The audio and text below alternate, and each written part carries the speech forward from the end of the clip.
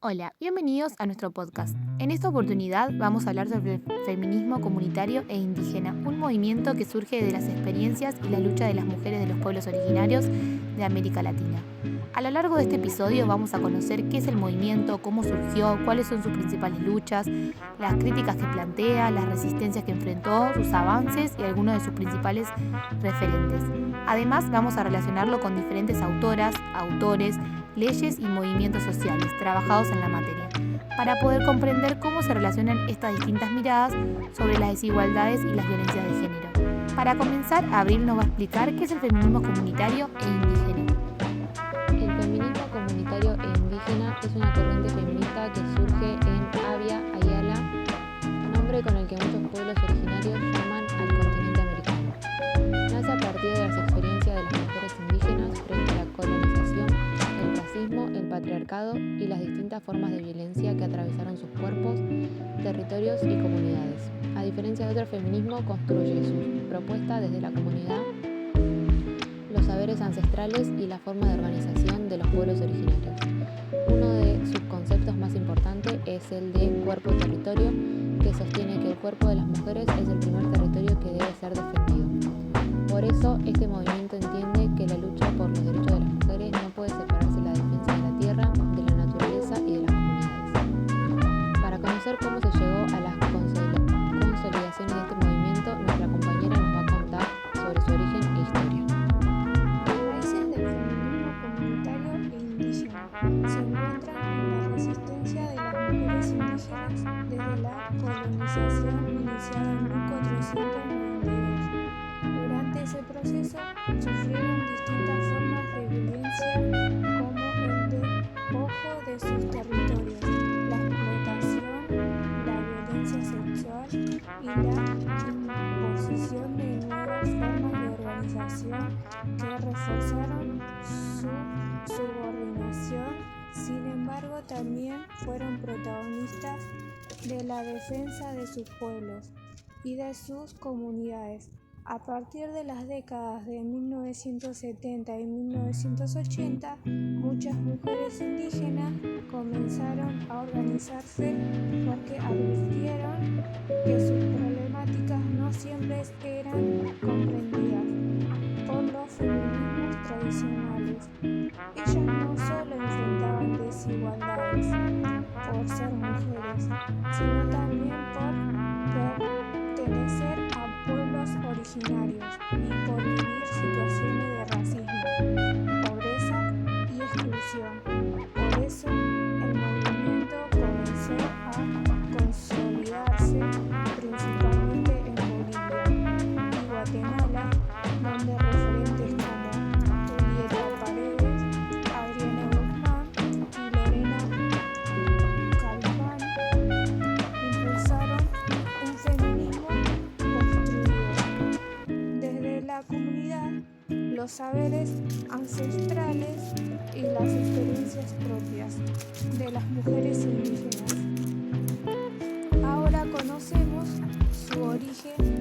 Celeste nos va a explicar cuáles son las principales luchas que sostiene este movimiento. Las principales luchas del feminismo comunitario e indígena buscan transformar las condiciones de vida de las mujeres indígenas y de sus comunidades.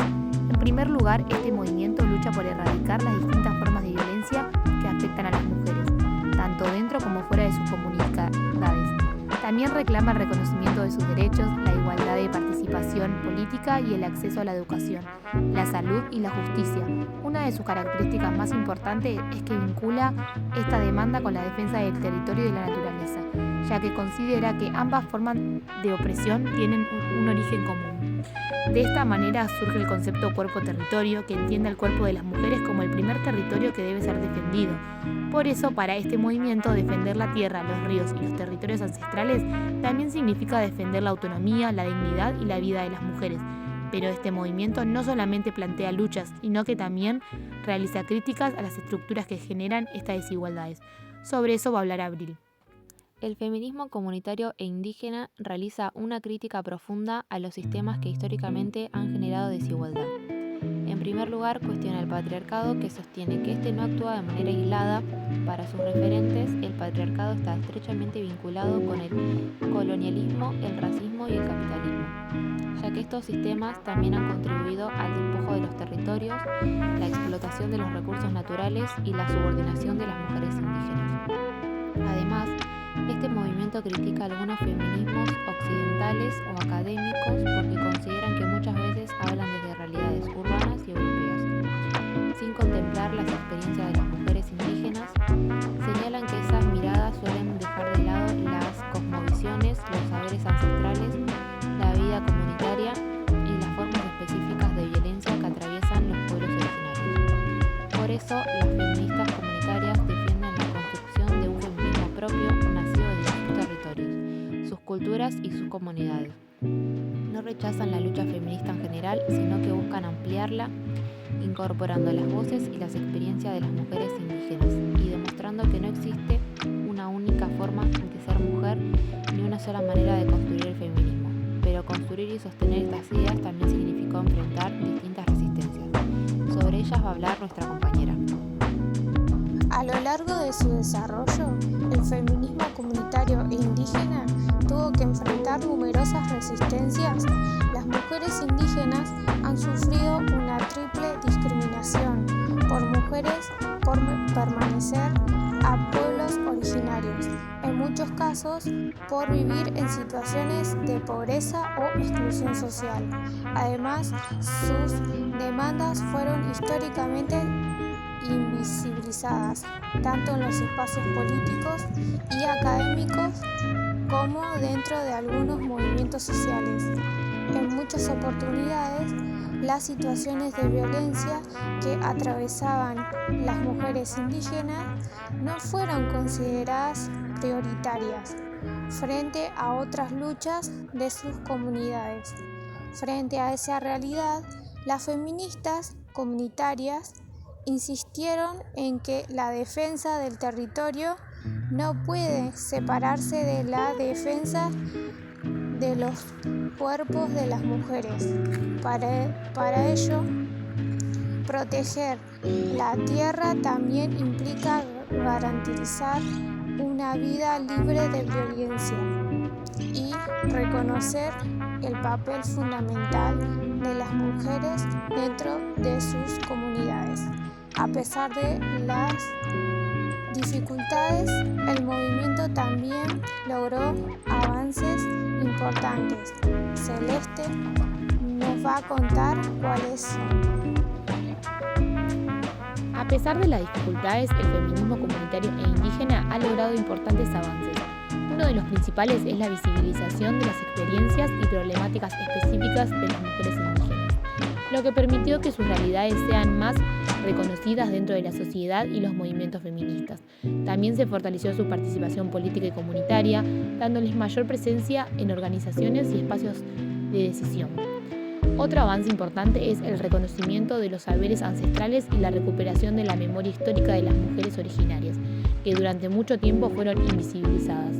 Además, incorporaron perspectivas interculturales de los debates feministas latinoamericanos, lo que amplía la forma de entender estas problemáticas. Por último, estos aportes permitieron comprender que la desigualdad de género no actúa sola, sino que se relaciona con otros sistemas de opresión como el racismo, el colonialismo y la explotación de la naturaleza. Y detrás de estos avances hubo mujeres que fueron fundamentales para construir y fortalecer el movimiento. Abril nos va a presentar algunas de sus principales referentes.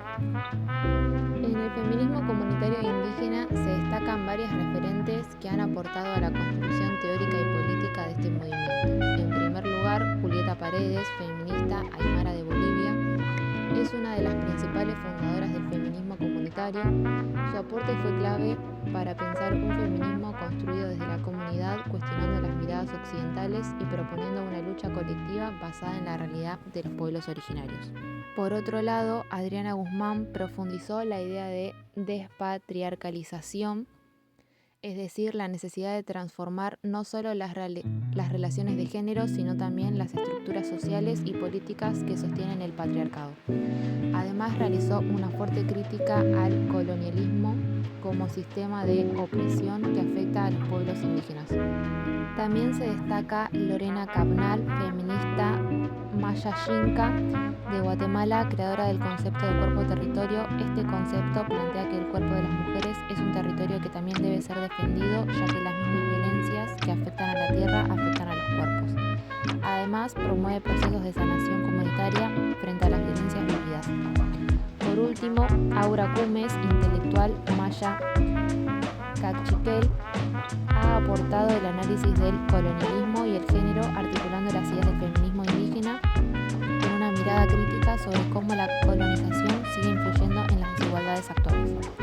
Hasta acá conocimos el movimiento desde su propia historia. A partir de ahora vamos a ponerlo en diálogo con distintos autores, leyes y movimientos sociales trabajados en la materia.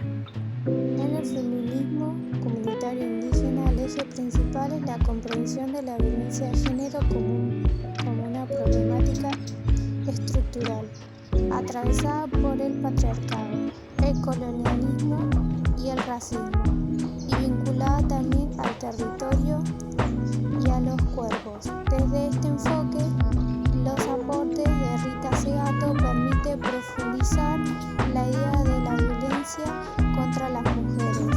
No es un hecho individual, sino una forma de ejercicio de poder dentro de las estructuras sociales e históricas. En este sentido, el cuerpo de las mujeres se entiende como un espacio atravesado por relaciones de dominación, lo que se vincula directamente con el concepto de cuerpo y territorio. Por su parte, Monique Wittig plantea que el género no es natural, sino una construcción política producida por el sistema heterosexual.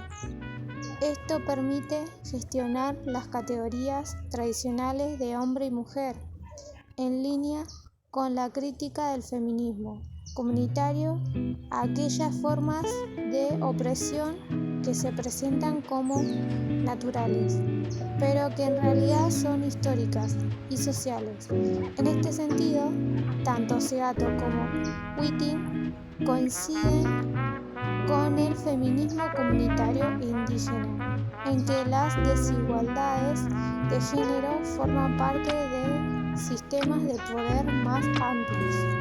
Segato aporta la idea de la violencia como mecanismo de dominación sobre los cuerpos, mientras que Wittig profundiza la crítica a las categorías de género como construcciones políticas.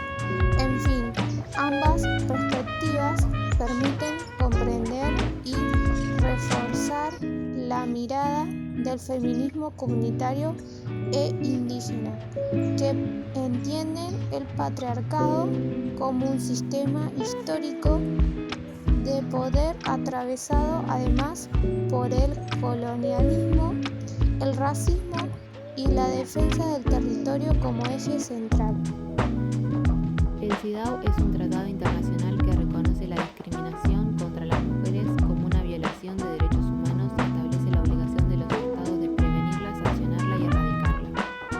Esto se relaciona con el feminismo comunitario indígena porque ambos buscan visibilizar y combatir las violencias de género, aunque desde este enfoque se señala que muchas veces estos marcos generales no contemplan de forma específica las realidades de las mujeres indígenas, atravesadas también por el racismo, el colonialismo y la desigualdad territorial. El caso Campo Algodonero, por su parte, muestra cómo la falta de acción del Estado frente a desapariciones, asesinatos de mujeres también constituye una forma de violencia institucional en relación con el feminismo comunitario indígena. Este caso refuerza la idea de que la violencia de género no es solo un problema individual, sino estructural, y que la ausencia del Estado en la protección de las mujeres profundiza aún más las desigualdades, especialmente en contextos de mayor vulnerabilidad social y territorial. La ley Micaela establece la capacitación obligatoria en género para todas las personas que trabajan en el Estado, con el objetivo de prevenir y abordar las violencias de género desde las instituciones.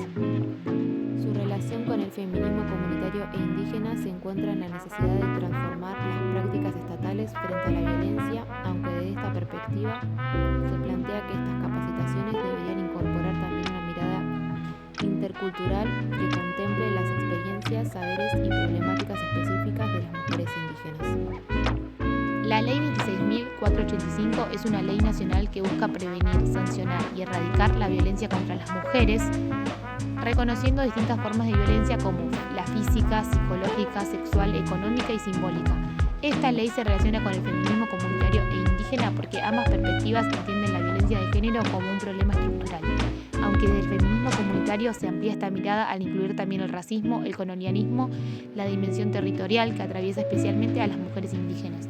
Los aportes de Luis Bonino a través del concepto micromachismo permiten comprender cómo la violencia de género también se reproduce en la vida cotidiana mediante prácticas sutiles y naturalizadas. Esto se vincula con el feminismo comunitario e indígena porque ambos señalan que las violencias no aparecen solo en las formas extremas, sino también en lo cotidiano, aunque el feminismo comunitario se incorpora además cómo estas prácticas se entrelazan con estructuras históricas de dominación más amplia. Por su parte, el movimiento Ni Una Menos visibiliza la violencia de género como una problemática social y colectiva, generando movilización y denuncia pública frente a los femicidios y distintas formas de violencia. Su relación con el feminismo comunitario e indígena se encuentra en la idea de que la lucha no es individual, sino colectiva, aunque el feminismo comunitario suma la dimensión comunitaria y territorial como base fundamental de la organización y resistencia. En conjunto, la Ley 26.485, los aportes de Bonino y el movimiento Ni Una Menos permiten comprender la violencia de género en sus múltiples formas, mientras que el feminismo comunitario e indígena amplía esta comprensión al mostrar que estas violencias también están atravesadas por el colonialismo, el racismo y la relación con el territorio. En conclusión, el feminismo comunitario indígena permite comprender la violencia de género como una problemática estructural que no puede garantizarse de manera aislada, sino en relación con el patriarcado, el colonialismo y el racismo. Desde esta perspectiva, el cuerpo de las mujeres se entiende como un territorio atravesado por relaciones de poder, donde la violencia no es un hecho individual, sino social e histórico.